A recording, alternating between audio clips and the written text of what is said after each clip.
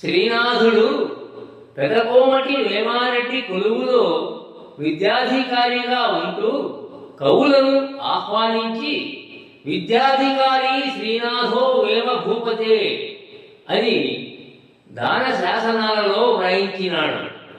ఇంకొక ముఖ్యమైన విషయం ఏమంటే రెడ్డి రాజులకు పద్మనాయకులకు బద్ధ వైరము అయినా సర్వజ్ఞ సింగభూపాలుడు శ్రీనాథుని తన ఆస్థానానికి సగౌరవంగా ఆహ్వానించినాడు. అప్పుడు శ్రీనాథుడు సర్వజ్ఞ సింగభూపాలుని ప్రశంసిస్తూ ఈ పద్యాన్ని చదివాడు. సర్వజ్ఞ నామధేయము చెరునగే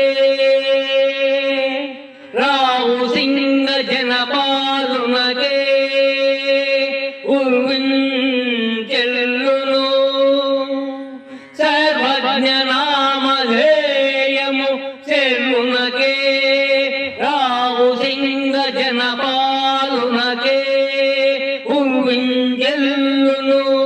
దక్కరు సర్వజ్ఞుండనుట కుక్క సామజమనుటే.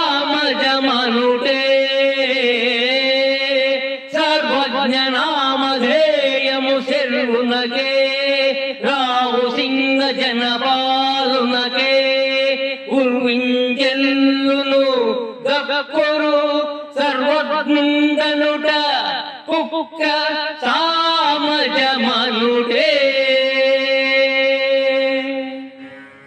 ఆ పద్యాన్ని విని సింగభూపాలుడు కవీశ్వర ఏమి కావాలో కోరుకో అని అన్నాడు. అప్పుడు శ్రీనాథుడు సింగభూపాల, మా పెదకోమటి వేమారెడ్డి గారు మీ పద్మనాయకులచే ఓడించబడినారు.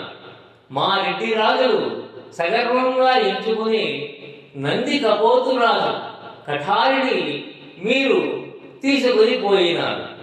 మీరు ఆ కఠారిని మాకు తిరిగి ఇచ్చిన అది నాకు 10,000 అని శ్రీనాథుడు సింగభూపాలుని కోరినాడు. సింగభూపాలుడు ఆ కఠారిని శ్రీనాథునికి ఇచ్చినాడు. ఆ కత్తిని తీసుకుని శ్రీనాథుడు తమ రాజైన పెదకోమటి వేమారెడ్డి ఆస్థానానికి తిరిగి వెళ్ళినాడు. శ్రీనాథుని అతని చేతిలో ఉన్న కఠారిని చూచి పెదకోమటి వేమారెడ్డి అగ్రహోదగ్రుడైనాడు. శత్రురాజును పొగిడి మళ్ళీ ఇక్కడికి వచ్చినావా కవి అని మండిపడినాడు. శ్రీనాథుని కఠారిని కఠినంగా చూచినాడు పెదకోమటి వేమారెడ్డి. అప్పుడు శ్రీనాథుడు, ప్రభు, నేను సింగభూపాలుని పొగడలేదు, కావాలంటే ఈ పద్యాన్ని వినండి, నేను అతని ఆస్థానంలో ఈ పద్యాన్నే చదివాను అంటూ ఇలా పద్యాన్ని చెప్పాడు. సర్వజ్ఞ నామధేయము చెరునగే రావు సింగ జనపాలునగే ఉర్వించెల్లును. దక్కురు సర్వజ్ఞుండనుట కుక్క సామజమనుటే. సర్వజ్ఞ నామధేయము చెరునగే రావు సింగ జనపాలునగే ఉర్వించెల్లును. దక్కురు సర్వజ్ఞుండనుట కుక్క సామజమనుటే